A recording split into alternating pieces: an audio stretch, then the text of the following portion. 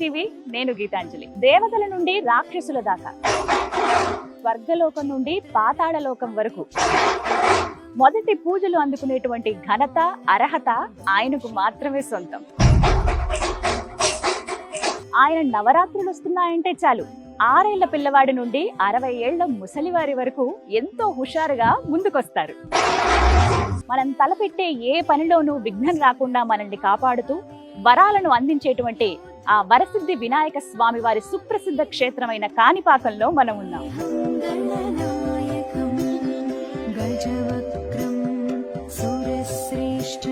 కాణిపాకం రావాలనుకుంటున్న భక్తులకు ప్రధానంగా 3 మార్గాలండి.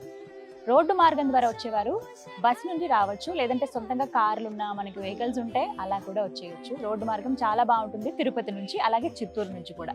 ప్రత్యేకించి బస్సులో రావాలనుకునే వాళ్ళకి ఏంటంటే చిత్తూరు నుంచి అలాగే తిరుపతి నుంచి కూడా బస్సులు మనకు అందుబాటులో ఉంటాయి. బస్ స్టేషన్ కూడా ఆలయం పక్కగానే ఉంటుందండి. కాణిపాకం వరసిద్ధి వినాయక స్వామి వారి ఆలయం పక్కనే. సో ఎక్కువ దూరం నడవాల్సిన అవసరం లేదు, చక్కగా అలా దిగి స్వామి దర్శనానికి వచ్చేయచ్చు. అలాగే మరొకటి ట్రైన్ మార్గం. ట్రైన్ మార్గం ద్వారా వద్దాం అనుకునే వాళ్ళకి ఏంటంటే అటు చిత్తూరు, మరొకటి తిరుపతి, అక్కడి నుంచి మళ్ళీ బస్ ఎక్కి కాణిపాకం చేరుకోవచ్చు. ఇక మరొకటి ఫ్లైట్ ద్వారా కూడా రావచ్చండి. ఇక దగ్గరగా ఉన్నదంటే మనకి తిరుపతి ఎయిర్పోర్ట్ మాత్రమే. అక్కడి నుంచి సొంత వెహికల్స్ లో రావచ్చు, కార్లు లేకుంటే మళ్ళీ అక్కడి నుంచి కూడా మనకి బస్సు సౌకర్యం ఉంటుంది కాణిపాకం వచ్చేందుకు. ఈ విధంగా కాణిపాకం ఆలయానికి చేరుకోవచ్చు.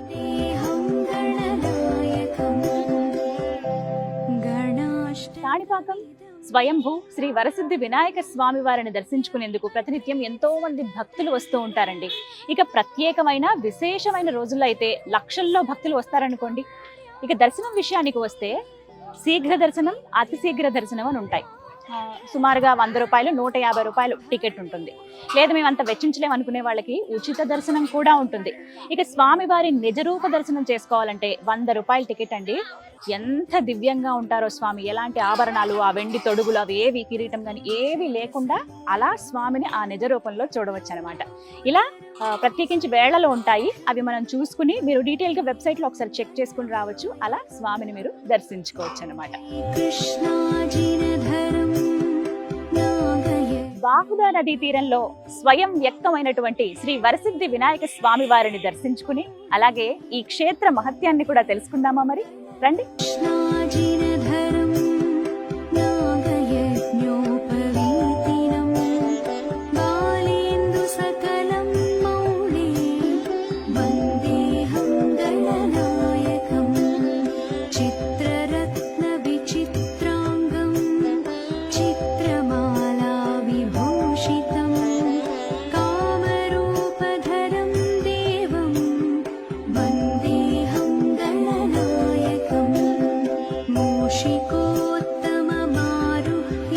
కాణిపాకం శ్రీ వరసిద్ధి వినాయక స్వామి వారిని దర్శించుకునే ముందుగా భక్తులు ఆలయ గోపురం దగ్గరికి వచ్చి ఇక్కడ దీపాన్ని వెలిగిస్తారు. వారి మనసులో ఏ కోరిక ఉన్నా సరే స్వామికి ఇక్కడి నుంచే విన్నవించుకోవచ్చట. 365 ఒత్తులని, 2 ఒత్తులని, అలాగే ఒక నెలకు సరిపడా ఒత్తులు అంటే ఒక 30-31 ఒత్తులు అని చెప్పి ఇక్కడ అమ్ముతూ ఉంటారండి. అతి తక్కువ ధరలో అవి తీసుకుని స్వామివారి ముందు వెలిగించి తమ కోరికను చెప్పుకుంటే అవి ఇట్టే నెరవేరుతాయని చాలా మంది భక్తులు చెబుతున్నమాట. మనం కూడా దీపాన్ని వెలిగిద్దాం. ఇది మొత్తం 365 ఒత్తులు. ఇక్కడ విడివిడిగా ఉంటాయి. 2 ప్రమిదల్లాగా పెట్టొచ్చు, లేకుంటే మామూలుగా కట్ట ఒత్తుల్లాగా వెలిగించవచ్చు. ఇవైతే మొత్తంగా కట్ట ఒత్తుల్లాగా చూసుకుంటే 365 రోజులు, సంవత్సరం పొడవునా ఆయన ముందు నిలబడి మనం దీపం పెట్టినట్టే. ఒక్కసారి పెడితే చాలు. కార్తీక మాసంలో చూస్తాం కదా మనం, అలాగే ఇక్కడ ఆ బొజ్జ గణపతి ముందు మనం దీపం వెలిగిద్దాం.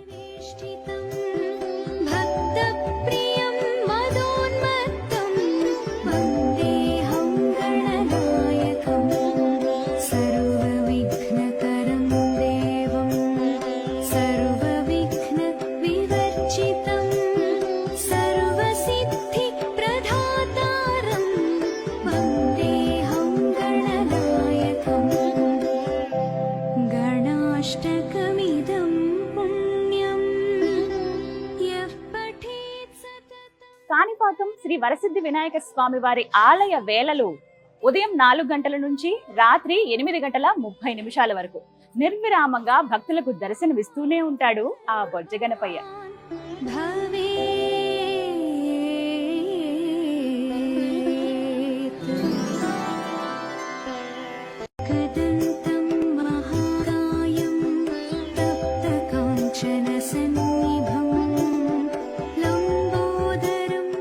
ఎప్పుడెప్పుడు ఆ గణపయ్యని దర్శించుకుందామా అని ఉంది మనసంతా.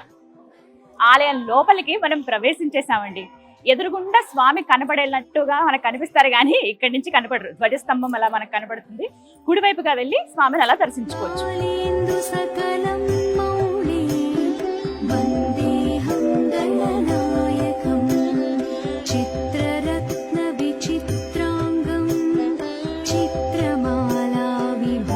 చక్కటి దర్శనమైందో స్వామి వారిది. 2 కళ్ళు సరిపోలేదు అంటే అది అతిశయోక్తి కాదేమో. నిజం, ఎంత బాగున్నారో స్వామి అయితే. ఎప్పుడు ఇలా వెంటనే వాస్తవానికి ఇది నేను దర్శనం చేసుకోవటం 2వసారి. అప్పుడు హడావిడిగా చూసుకుంటే అలా వెళ్ళిపోయాము, అంటే కంప్లీట్ టూర్ లో భాగంగా అరుణాచలం అని అక్కడక్కడ వెళ్ళడానికి అని చెప్పి. కానీ ఇవాళ అయితే చాలా ప్రశాంతంగా స్వామిని నేను దర్శించుకున్నాను. ఎంత బాగుంటాడండి ఆ గణపయ్య, అలా చూస్తూ ఉండిపోవాలనిపిస్తుంది. ప్రత్యేకంగా అడిగి మరి ప్రత్యేక పూజలాగా చేయించుకున్నాము. ఇలా ఫస్ట్ గర్భగుడిలోకి అడుగు పెడుతున్నాం, అంటే ఆలయ ప్రాంగణంలోకి వస్తున్నాం అనగానే ఒక అద్భుతమైన ఒక భావన మనల్ని అల్లుకుంటుంది. లోపలికి రావడమే ముందుగా మనం వీరాంజనేయ స్వామిని దర్శించుకోవాలండి. మనం అలా ముందుకు నడుస్తూ ఉంటే ఎడం పక్కగా మనకి ఆ వీరాంజనేయ స్వామి వారు కనిపిస్తారు. ఆయనే ఈ కాణిపాకం క్షేత్రానికి క్షేత్రపాలకుడు. అలా ఆంజనేయ స్వామిని దర్శించుకుని దండం పెట్టుకుని, అయ్యా నేను గణపతిని దర్శించుకోవడానికి వెళ్తున్నాను, నా దర్శనం సుఖంగా సవ్యంగా జరిగేలా చూడు అని ముందుగా ఆయనకు విన్నవించుకుని అలా అడుగులో అడుగు వేసుకుంటూ ఓం గం గణాధిపతయే నమః అని ఆ స్వామిని తలుచుకుంటూ విఘ్నేశ్వరాయ నమః అనుకుంటూ నెమ్మదిగా అలా లోపలికి వెళుతుంటే ముందుగా వెండి ద్వారం మనకు కనపడుతుందండి. ఆ ద్వారం నుంచి కొద్దిగా లోపలికి వెళితే ఆహా ఆ మంగళమూర్తిని చూడవచ్చు. బావిలో స్వయంభూగా వెలిసినటువంటి ఆ స్వామి దివ్య రూపాన్ని చూడటం అనేది ఎన్నో జన్మల పుణ్యఫలం. చక్కగా వివరించి చెబుతూ ఉన్నారు. తొండం అలాగే చెవులకి, అలాగే స్వామివారికి శేషవస్త్రంగా వెండి కవచాన్ని ధరింపజేశారు. పైన తెల్లటి వస్త్రాన్ని ధరింపజేశారు. అలాగే నామం స్వామివారి అది కూడా వెండితో ఉంటుంది. తొండం ఇది అని తెలియడానికి ఒక గుర్తుగా ఇలా ఒక కవచం కావచ్చు. ప్రతి ఒక్కటి వివరించి చెబుతూ ఉన్నారనమాట. బావిలో ఆయన ఉన్నారనడానికి నీరు ఇప్పటికీ అక్కడ ఊరుతూ ఉంటుంది కదా, అదంతా పైనంతా బంగారపు తొడుగుతోటి అలా ఆయన ఒక రాజులా కూర్చున్నారన్నట్టుగా కనిపిస్తుంది అనమాట. గణపతి ఎదురుగుండా బుజ్జిగా మూషికం చూడగానే మనకి అబ్బాలే ఉందే అని అనిపిస్తుందండి. మూషికానికి కూడా వెండి కవచం తొడిగారు. అలా స్వామి ఎప్పుడు ఆజ్ఞిస్తారా నేను సిద్ధంగా ఉన్నానని చెప్పినట్టుగా స్వామిని అలా చూస్తూ మనకు ఆ మూషికం కనపడుతుంది. ఇక ఆ విఘ్నరాజు గురించి చెప్పాలా, మన కష్టాలన్నీ ఇట్టే తొలగిపోతాయి ఆయన దర్శనం చేసుకుంటే అని అంటారు. ఏమన్నా అడ్డంకులు మన జీవితంలో ఎదుర్కొంటే ఒక మాట ఆయనకి చెప్తే చాలట, వాటిని ఇట్టే సులువుగా తీసేస్తాడా గణపయ్య అని చెప్తారు. అందులోనే ఇక్కడ స్వామి స్వయం వ్యక్తం అయ్యారు కదా, వ్యక్తం అవటంతోనే ఏవైతే వైకల్యంతో ఉన్నారో వాళ్ళనే ముందుగా కరుణించాడట. అదే ఇక్కడ ప్రసిద్ధి అని చెప్తారండి. ఎవరైతే అది శరీర వైకల్యమే కావచ్చు, మనసు వైకల్యం కూడా కావచ్చు, స్వామి ఇలా ఉంది నా ప్రవర్తన, ఇది ఉంది అని చెప్పి స్వామి మొహమాటం లేకుండా మనలో ఉన్నటువంటి భావన ఆయన ముందు పెడితే ఖచ్చితంగా అది చెడు అయితే గనక వెంటనే తీసేస్తాడు. మంచి సత్ప్రవర్తనని మనకు అందిస్తాడు ఆ వరసిద్ధి వినాయకుడు. వరాలను కూడా అందిస్తాడు. నాకైతే చాలా చక్కటి దర్శనం జరిగిందండి. చూస్తున్నంతసేపు అలా ఎక్కడో వేరే లోకానికి వెళ్ళిపోయినా ఆయన ముందు అలా కూర్చున్నానా అని చెప్పి కోరిక ఏమీ అడగబుద్దేదు. ఆయన్ని పొగడడం, ఆయన్ని అలా కీర్తించడం, ఆయన చూడడమే సరిపోతుంది అనమాట. దాదాపుగా 5-10 నిమిషాల వరకు ఉండగలిగాను. మా టీం అంతా కూడా దర్శనం చేసుకున్నాం చాలా చక్కగా. అలా స్వామిని దర్శించుకుని నెమ్మదిగా బయటకు వస్తే తీర్థ ప్రసాదం అందిస్తారు. అలా చుట్టుపక్కల మొత్తం ఆలయం అంతా కూడా చూడొచ్చు. ఆ విశేషాలు కూడా చూద్దాం.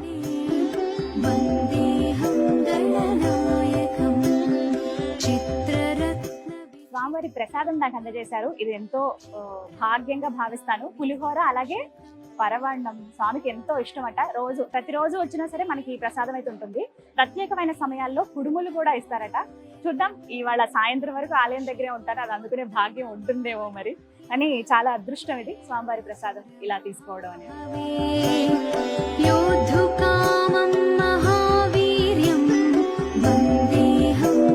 అలా స్వామిని అలా లోపల చూస్తూ ఉంటే పంతులు గారు ఏదైతే జలంలో స్వామి ఉన్నారో ఇప్పటికీ ఊరుతూ ఇంకా పెరుగుతూ ఉన్నటువంటి ఆ గణపతి కింద నీరు ఏదైతే ఊరుతుందో ఆ నీరుతోటి మనకి ప్రోక్షణ చేస్తారో, మన పైన చల్లుతారు. అలాగే గంధం బొట్టు కూడా పెడతారు. ఇదిగో నాకు పెట్టారు ఇలా. సత్య ప్రమాణాల స్వామి అని ఈ స్వామి వారికి పేరు. ఏమి అంటే 1954కు ముందు ఇక్కడ ప్రమాణం చేసిన వారికి మన న్యాయస్థానాలు కూడా తీర్పు ఇక్కడ ప్రమాణం చేసి 6 నెలల పాటు ఎవరైతే సుఖంగా ఉన్నారో వారి దగ్గరే న్యాయం ఉందని చెప్పి వారికే అనుకూలంగా తీర్పు ఇచ్చేవి మనం అవే న్యాయస్థానాలు. ప్రామాణికంగా తీసుకునేవాళ్ళు. దీన్ని ప్రామాణికంగా తీసుకునేవారు. ఇప్పటికీ ఇప్పటికీ ఆ ప్రమాణాలు అనేటువంటిది ఈ రోజుకి నేటికి జరుగుతూ ఉంది. ప్రతిరోజు సాయంత్రం 4:30కి అంటే తప్పు చేసిన వాళ్ళు తప్పు చేశారు అని చెప్పి నింద వేసిన వారు ఇద్దరు కూడా ఎదురుగా ఉన్నటువంటి స్వామివారి కోనేరులో తలస్నానం చేసి తడి బట్టలతో లోపలికి వస్తారు. వాళ్ళు ప్రమాణం చేసేటప్పుడు స్వామివారి దగ్గర అర్చకులు కానీ వేద పండితులు కానీ ఎవ్వరు సిబ్బంది ఎవరు ఉండరు. ఒక అటెండర్ మాత్రమే ఉంటారు. బయట గ్రిల్ వేసి పెడతారు. స్వామివారి దగ్గరికి వాళ్ళిద్దరూ వస్తారు. తప్పు చేశాను అని ఎవరైతే నింద వేస్తున్నారో వారు మొదటగా కర్పూరం వెలిగించి నువ్వే ఈ తప్పు చేశావు అని చెప్పేసి కర్పూరం వెలిగిస్తారు స్వామివారి ఎదురుగా.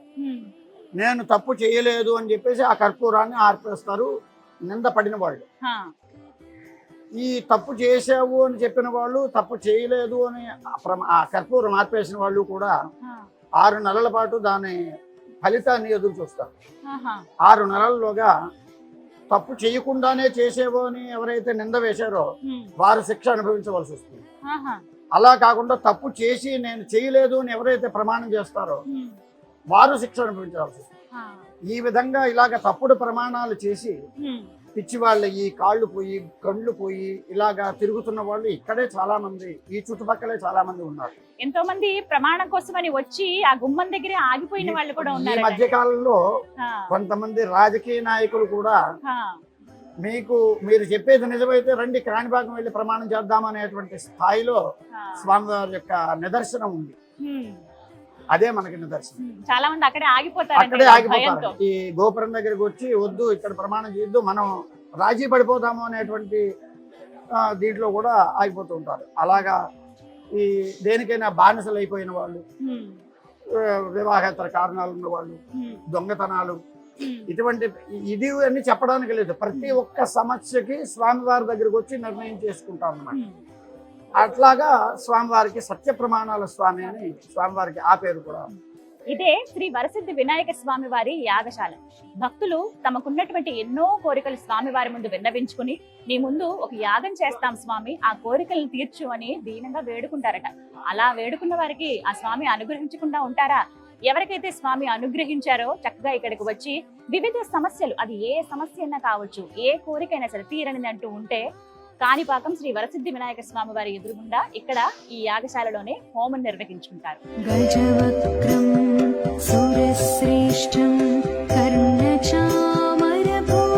ఆ బొజ్జ గణపయ్యను దర్శనం చేసుకుని అలా బయటికి నడుచుకుంటూ వస్తే అద్దాల మండపంలో ఉత్సవమూర్తులు అలా కొలువై ఉన్నారండి.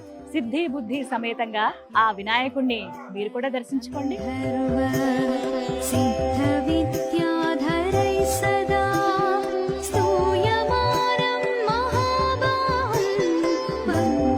విఘ్నాలను తొలగించే ఆ విఘ్నేశ్వరుడి ఆలయ ఆవరణలోనే దోషాలను తొలగించే నవగ్రహాలు మనకి దర్శనమిస్తాయి. ఒక్కసారి ఆ నవగ్రహాలకు దండం పెట్టుకుని దీపం వెలిగించి వెళుతూ ఉంటారు భక్తులు.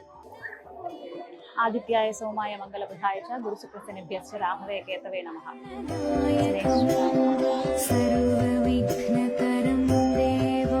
కాణిపాకం శ్రీ వరసిద్ధి వినాయక స్వామి వారి ఆలయ ప్రాంగణం ఎంతో విశాలంగా ఉంటుందండి.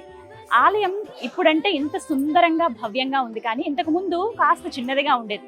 ఏదైతే తర్వాత పునర్నిర్మాణం చేపట్టారో ఆ వ్యూ ప్లాన్ ఇక్కడ మనకి బోర్డ్స్ లో అరేంజ్ చేశారు. వచ్చిన భక్తులు అలా చూసుకుంటూ ముందుకు వెళ్ళవచ్చు అనమాట. ఇటు సైడ్ వ్యూ అని, అలాగే ఎక్కడెక్కడైతే డెవలప్మెంట్స్ జరిగాయో అదొకటి, అసలు గ్రౌండ్ ప్లాన్ ఎలా వేశారు ఆ గ్రౌండ్ ప్లాన్ అంతా కూడా ఇక్కడ మనం చూడొచ్చు అనమాట. మొత్తం అన్ని వివరాలు ఇక్కడ రాసి ఉంటాయి. అలా చూసుకుంటూ ముందుకు వెళ్తారు భక్తులు. అయితే ఎప్పుడైతే ఈ పునర్నిర్మాణం చేస్తున్నారో ఒక్కొక్కటిగా నిర్మించారనమాట. పునర్నిర్మాణం జరిగేటప్పుడు కూడా లోపల ఉన్న స్వామిని ఏమాత్రం కదల్చలేదండి. చాలా మంది రకరకాలుగా చెబుతున్నారు కానీ స్వామిని పక్కకు జరిపారని. అర్చకులు ఎవరైతే ఉన్నారో వాళ్ళు లేదు ఇది జరిగిందని వివరించారు. మేము కూడా అడిగాం ఇదేనా అంటే లేదమ్మా, అసలు కనీసం అక్కడికి కూడా దగ్గరికి కూడా తాకనివ్వకుండా, ఎందుకంటే స్వామి స్వయంభూ కాబట్టి ఆయన ఏమాత్రం కదపకుండా చుట్టూ నిర్మాణం అయితే జరిగిందని వివరించారు. అవన్నీ కూడా ఇక్కడ మనం పిక్చర్స్ లో చూడొచ్చు. ఇది చూసారా, పాత అప్పుడు ఇలా ఉండేది కోనేరు ఇక్కడంతా. ఇదంతా కూడా కాణిపాకం బంగారుపాళెం తాలూకా చిత్తూరు జిల్లా. అప్పుడు ఇలా ఉండేది. ఓం విఘ్నేశ్వరాయ నమః. అలా ఒక్కొక్క స్టేజ్ అనమాట ఇది డెవలప్ అవ్వకుంటూ వచ్చింది. దానికి సంబంధించిన పిక్చర్స్ చూడొచ్చు మనం. ఇక ఇక్కడికి వస్తే మనకి స్థల పురాణం. అసలు స్వామి ఇక్కడ ఎలా వెలిసారు, స్వయంభూ అని చెప్తారు కదా. ఎన్నో కథనాలు మనం వినుంటాము, ఎన్నో సీరియల్స్ లో కావచ్చు, సినిమాల్లో కావచ్చు చూసుంటారు చాలా మంది. ఇక ఇక్కడికి వస్తే స్వామివారి స్థల పురాణం ఉంటుందండి. పూర్తిగా అసలు స్వామి ఎలా ఉద్భవించారు, ఆయన మహిమలు ఏంటనేది ఇక్కడ మనకి క్షిప్తం చేశారనమాట. చక్కగా దీని మీద మనం చూడొచ్చు, ఈ బోర్డు పైన ప్రతి ఒక్కటి నీట్ గా రాసి ఉంచారు. వివరంగా చెప్పాలనంటే చిత్తూరు జిల్లా ఐరాల మండలం కిందకి వస్తుందండి ఈ కాణిపాకం. అయితే ఇదివరకు ఏంటంటే ఈ ప్రాంతం అంతా కూడా ఎంతో కరువు కాటకాలతో ఉండేదంట. కనీసం తాగడానికి నీళ్లు కూడా లేనటువంటి పరిస్థితి. అయితే ఈ ప్రాంతానికి చెందినటువంటి 3 అన్నదమ్ములు వాళ్ళు వైకల్యంతో జన్మించారు. వాళ్ళకు ఉన్నటువంటి వైకల్యం ఏంటంటే, ఒకరికేమో చెవులు సరిగ్గా వినిపించవు, మరొకరికి మాట రాదు మూగవారు, మరొకరికి కంటి చూపు లేదు. ఈ విధంగా వీళ్ళు అలా ఉన్నా కూడా చాలా అన్యోన్యంగా ఉండేవాళ్ళు. ఊరి బాగు కోసం వాళ్ళు ఎప్పుడు పరితపించేవాళ్ళు. వాళ్ళ 3కి కూడా ప్రధాన వృత్తి వ్యవసాయమే. అయితే ఇలా కరువు కాటకాలతో ఉంది. మన పొలం దగ్గర ఒక బావి కూడా ఉంది కదా, ఒకసారి ఇంకా తవ్వి చూద్దాము లోతు, అందులోంచి నీరు వస్తాయేమో, ఒకసారి ఆ దేవుడికి దండం పెట్టుకుని ఈ పని చేద్దామని అనుకుంటారట. అలాగా వాళ్ళు ఆ స్థితిలో ఉన్నా కూడా మంచి మనసుతో ఉన్న వాళ్ళు వెళ్ళి ఆ నుయ్యి ఏదైతే ఉంటుందో ఆ బావి అది తవ్వటం ప్రారంభించారట.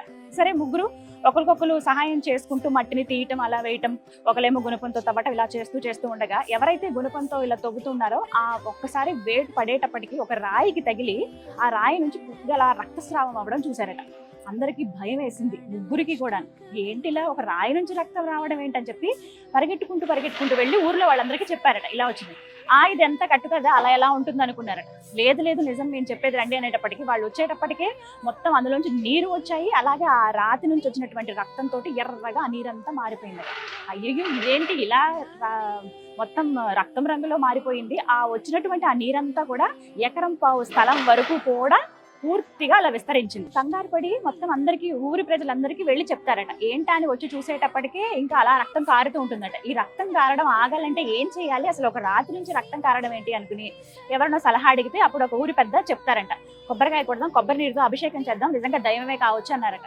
సరే అని అందరూ మొత్తం వాళ్ళ దగ్గర ఉన్నటువంటి కొబ్బరి చెట్టుకి కాయలన్నీ తీసుకువచ్చి అభిషేకం చేయడం ప్రారంభించారు. మొత్తం అన్ని నీళ్ళు పోయటంతో అందులోంచి ఆ నీరు అలా పైకి వచ్చి రక్తంతో కూడుకుంది కదా, ఇంకా ఆ ప్రవాహం ఆగట్లేదు. ఓవైపు రక్తం వస్తుంది రాతికి, మరోవైపు ఈ కొబ్బరి నీళ్ళతో అభిషేకం. అదంతా కూడా పూర్తిగా 1.5 ఎకరం స్థలం వరకు విస్తరించిందట.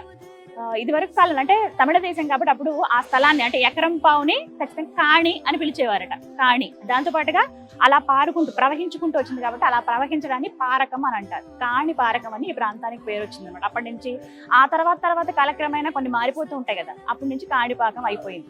ఎప్పుడైతే ఈ ప్రాంతం ఇలా ఉందో, ఎప్పుడైతే ఆ నీరంతా అలా ప్రవహించిందో, అవి ఈ 3 ఎవరైతే అవిటితనంతో బాధపడుతున్నారో, వైకల్యం ఉన్నటువంటి ఆ 3 అన్నదమ్ములకి ఆ నీరు ఇలా తగిలేటప్పటికి, చిమ్మేటప్పటికి వాళ్ళల్లో ఉన్నటువంటి వైకల్యం పోయి చక్కగా కంటి చూపు వచ్చింది, చెవి వినికిడి బాగుంది, అలాగే మాటలు కూడా మాట్లాడగలిగారట ఆ సోదరుల్లో. ఇంకేముంది, వైకల్యాన్ని తీసివేసి వరాలను అందించినటువంటి ఆ విఘ్నరాజు అలా ఆ బావిలోంచి పైకి ఉద్భవించారట. అందరికీ ఆనందమే. అప్పటి నుంచి ఇప్పటి వరకు నిర్విరామంగా, నిరాటంకంగా ఆ బొజ్జగణపయ్య ఇదే ప్రాంతంలో కాణిపాకంలో పూజలు అందుకుంటున్నాడు. ఏదైతే గర్భగుడి మనం ఇప్పుడు చూస్తున్నామో సరిగ్గా అక్కడే స్వామి స్వయం వ్యక్తమయ్యారనమాట.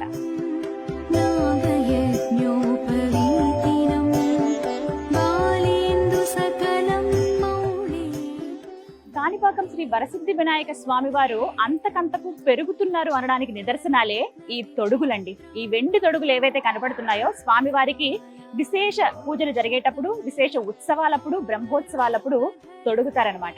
అయితే ఒక్కసారి దగ్గరికి రండి, మీకు ఒక విషయం చూపిస్తాను. ఈ చిన్నగా ఏదైతే మీకు కవచం కనబడుతోందో ఆ కవచం ముందు కొన్ని సంవత్సరాల ముందు స్వామివారికి చేయించారట. ఆ తర్వాత అదే కవచం స్వామికి ధరింపజేద్దామని చూస్తే స్వామి పెరిగినట్టుగా కవచం చిన్నదైనట్టుగా అనిపించింది. అప్పుడు అనిపించిందట స్వామి పెరుగుతున్నారే అని. సజీవ దేవుడు ఈ బొజ్జగణపయ్య అని అనుకోవాలి.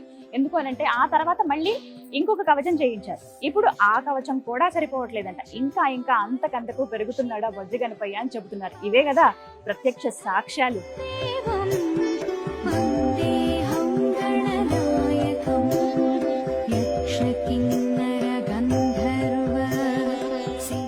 కాణిపాకం శ్రీ వరసిద్ధి వినాయక స్వామి వారికి నిత్య కళ్యాణం జరుగుతుందండి. సిద్ధి బుద్ధి సమేతంగా కొలువైనటువంటి ఆ స్వామికి ఇక్కడే ఈ మండపంలోనే కళ్యాణం నిర్వహిస్తారు. ప్రత్యేకించి ఈ చుట్టుపక్కల గ్రామాల ప్రజల నమ్మకం ఏంటో తెలుసా? ఆ విఘ్నేశ్వరుడి ఎదురుగుండా గనక మేము వివాహం చేసుకుంటే ఆ జంట కలకాలం ఎంతో అన్యోన్యంగా ఉంటారనేది ఒక నమ్మకం. ఆలయం లోపలేమో ఆ స్వామివారి కళ్యాణం అవుతుంది. ఆలయ ప్రాంగణంలోనే ఇక్కడ కళ్యాణ మండపాలు ఉంటాయి. అక్కడే చాలా మంది జంటలు ఒక్కటవుతారు స్వామి సాక్షిగా.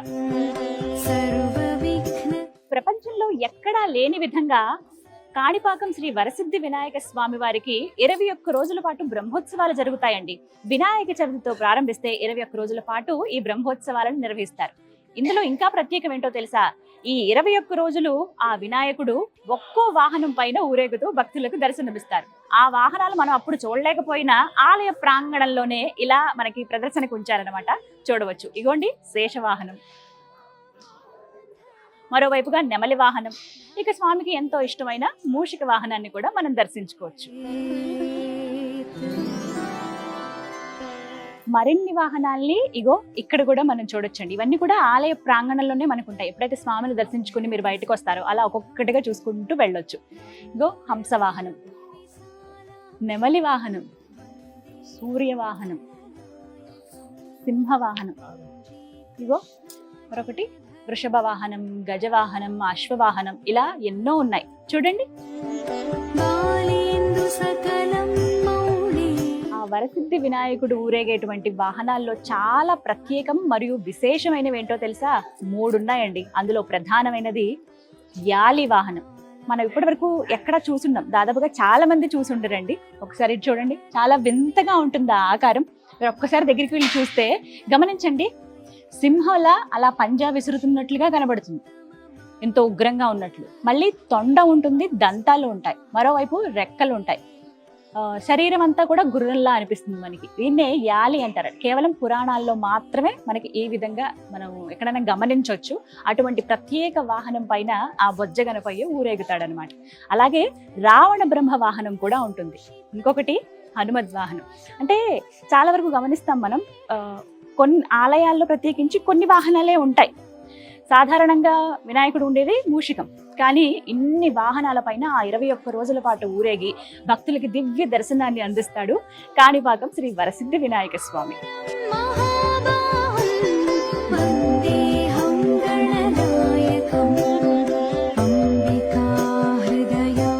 కాణిపాకం శ్రీ వరసిద్ధి వినాయక స్వామి వారి ఆలయ ప్రాంగణంలోనే షోడశ గణపతుల్ని మనం దర్శించుకోవచ్చండి. ఈ గణపతులకు విశేషం ఏంటో తెలుసా? సాధారణంగా ఒక్క గణపతిని మనం దర్శించుకుని మా విఘ్నాలను తొలగించాయి అనగానే ఖచ్చితంగా ఆయన ఒక అభయం వరం ఇస్తాడు, విఘ్నాలను తొలగిస్తాడు. అలాంటిది 16 రూపాల్లో ఉన్నటువంటి గణపతిని ఆయన ముందు ఏదైనా కోరిక కోరుకుంటే ఖచ్చితంగా అది నెరవేరుస్తారని చెబుతారు ఇక్కడి అయ్యవారు. ప్రత్యేకించి ఎంతో మంది భక్తులు ప్రతినిత్యం ఇక్కడ షోడశ గణపతులకు పూజా కార్యక్రమాలు చేయించుకుంటారు.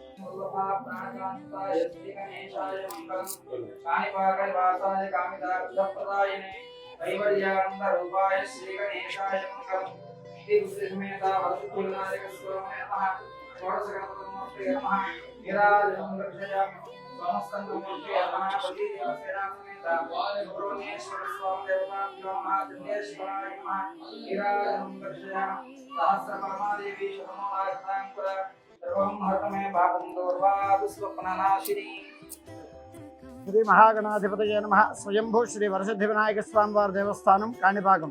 స్వస్తి శ్రీ చాంద్రమాన శ్రీ క్రోధినామ సంవత్సర భాద్రపద శుద్ధ చవితి అనగా వినాయక చతుర్థి 7/9/2024 సంవత్సరము శనివారం నుండి ఈ దేవస్థానం నందు 21 రోజుల పాటు బ్రహ్మోత్సవాలు నిర్వహించడం జరుగుతుంది. ఈ బ్రహ్మోత్సవాల్లో భాగంగా 7వ తేదీన శనివారం నాడు శ్రీ స్వామివారికి మూల విరాట్కి ప్రత్యేక అభిషేకము, వివిధ పుష్పాలంకరణాన్ని జరుగుతాయి. మరుసటి రోజు అంటే 8వ తేదీ ఆదివారం ఉదయం 9 గంటల నుండి 10 గంటల మధ్య తులాలగ్నం నందు ధ్వజారోహణం చేయడం జరుగుతుంది. ఆ రోజు నుంచి నవరాత్రి ఉత్సవాలు ప్రారంభమవుతాయి. ఈ ధ్వజారోహణ నుండి నవరాత్రి ఉత్సవాలు 16వ తేదీ వరకు, అంటే సెప్టెంబర్ 16వ తేదీ వరకు నవరాత్రి ఉత్సవాలు జరుగుతాయి. 16వ తేదీన ధ్వజ అవరోహణ జరుగుతుంది. తర్వాత 17వ తేదీ నుంచి ప్రత్యేక ఉత్సవాలు 27వ తేదీ వరకు నిర్వహించడం జరుగుతుంది. ఈ బ్రహ్మోత్సవాలన్నీ కూడా ఈ చుట్టుపక్కల ఉన్నటువంటి 14 గ్రామాలకు సంబంధించినటువంటి భక్తులు వారే ఉభయదారులుగా పూర్వకాలం నుండి వారే ఇక్కడ ఈ బ్రహ్మోత్సవాలు నిర్వహించడం జరుగుతూ వస్తూ ఉంది. ప్రతి సంవత్సరం కూడా వారే ఈ సంవత్సరం బ్రహ్మోత్సవాలు ఎలా నిర్వహిద్దాము అనేటువంటి దాని గురించి ఒక సమావేశం ఏర్పాటు చేసుకున్నారు. గత నెలలో. ఈ సంవత్సరం కూడా బ్రహ్మాండంగా అంగరంగ వైభవోపేతంగా బ్రహ్మోత్సవాలు నిర్వహించడానికి వారు నిర్ణయం తీసుకుని దేవస్థాన అధికారుల వారికి చెప్పి ఈ విధంగా నిర్వహించండి అని వారు చెప్పడము, ఆ విధంగా కావలసిన వారు చెప్పినటువంటి విధంగా బ్రహ్మోత్సవాల నిర్వహణకి ఏర్పాట్లు చేయడం జరిగింది.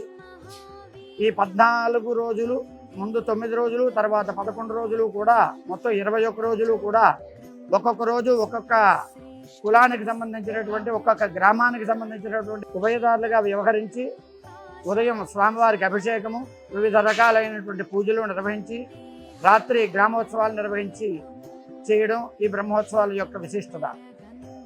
ఈ కాణిపాకంలో మాత్రము ఈ ఉభయదార వ్యవస్థ ద్వారానే బ్రహ్మోత్సవాలు నిర్వహించడం జరుగుతుంది. అందులోకి గాను కావలసినటువంటి ఏర్పాట్లన్నీ దేవాదాయ శాఖ మంత్రి గారి ద్వారా, మన రాష్ట్ర ముఖ్యమంత్రి గారి ద్వారా నిన్న బ్రహ్మోత్సవ పత్రం ఆవిష్కరించడం జరిగింది. దానికి కావలసిన ఏర్పాట్లు వారి సూచనల ద్వారా ఏర్పాట్లన్నీ చేయడం జరిగింది.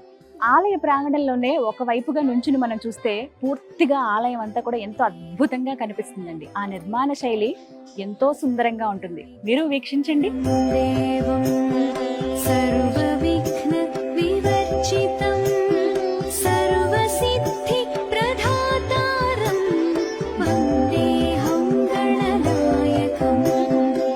ఇదే కాణిపాక వరసిద్ధి వినాయక స్వామి వారి ప్రసాద విక్రయ కేంద్రం అండి. స్వామికి ఎంతో ఇష్టమైనటువంటి లడ్డు ఇక్కడ ప్రసాదంగా అందిస్తారు. చిన్న లడ్డు, పెద్ద లడ్డు, వడ, పులిహోర ఇవన్నీ ఇక్కడ మనం కొనుక్కోవచ్చు. కాణిపాక వరసిద్ధి వినాయక స్వామి వారి క్షేత్రాన్ని హరిహర క్షేత్రం అని కూడా అంటారండి. ఎందుకో తెలుసా? ఈ స్వామి ఇక్కడ ఉద్భవించే కంటే ముందే వరదరాజ స్వామి వారి ఆలయం ఇక్కడ ఉండేది. అలాగే మణికంఠేశ్వరుడి ఆలయం కూడా. ఆ విఘ్నేశ్వరుడి దగ్గరే మనం వరదరాజస్వామిని అలాగే మణికంఠుణ్ణి కూడా దర్శనం చేసుకోవచ్చు. కాణిపాకం స్వయంభూ శ్రీ వరసిద్ధి వినాయక స్వామి వారి స్వర్ణరథ మండపం అండి. ఇది చాలా ప్రత్యేకమైన రోజుల్లో స్వామి ఈ స్వర్ణ రథం పైన ఊరేగుతూ భక్తులకు దర్శనమిస్తూ ఉంటారు. స్వయంభూ శ్రీ వరసిద్ధి వినాయక స్వామి వారి అన్నప్రసాద సముదాయం ఇదే. ప్రతినిత్యం వేల మంది భక్తులు ఇక్కడ స్వామివారి ప్రసాదాన్ని స్వీకరించి వెళుతూ ఉంటారు.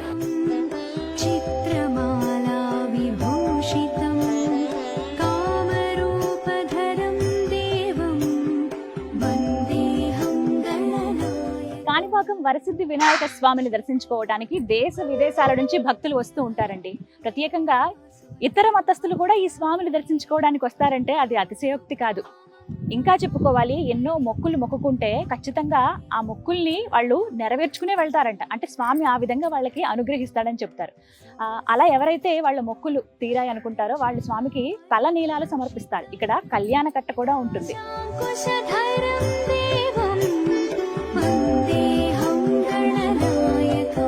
గణేశ పునః దర్శనం ఇప్పించు తండ్రి. చూసారుగా కాణిపాకం శ్రీ వరసిద్ధి వినాయక స్వామి వారి ఆలయ విశేషాలు. ఎంతో దివ్యమైన భవ్యమైన ఆలయం అండి. జీవితంలో ఒక్కసారైనా ప్రతి ఒక్కరూ దర్శించుకోవాల్సినటువంటి క్షేత్రం ఈ వరసిద్ధి వినాయక క్షేత్రం. నాకైతే దర్శనం చాలా బాగా జరిగింది. మళ్ళీ మళ్ళీ రావాలని ఉంది. మీ అందరికీ కూడా ఆ స్వామివారి దర్శన భాగ్యం కలగాలని మనస్ఫూర్తిగా కోరుకుంటూ ఇట్లు మీ గీతాంజలి. మరో దివ్యమైన ఆలయ విశేషాలతో మళ్ళీ మీ ముందుకు వస్తాను. నమస్కారం. జై గణేశ.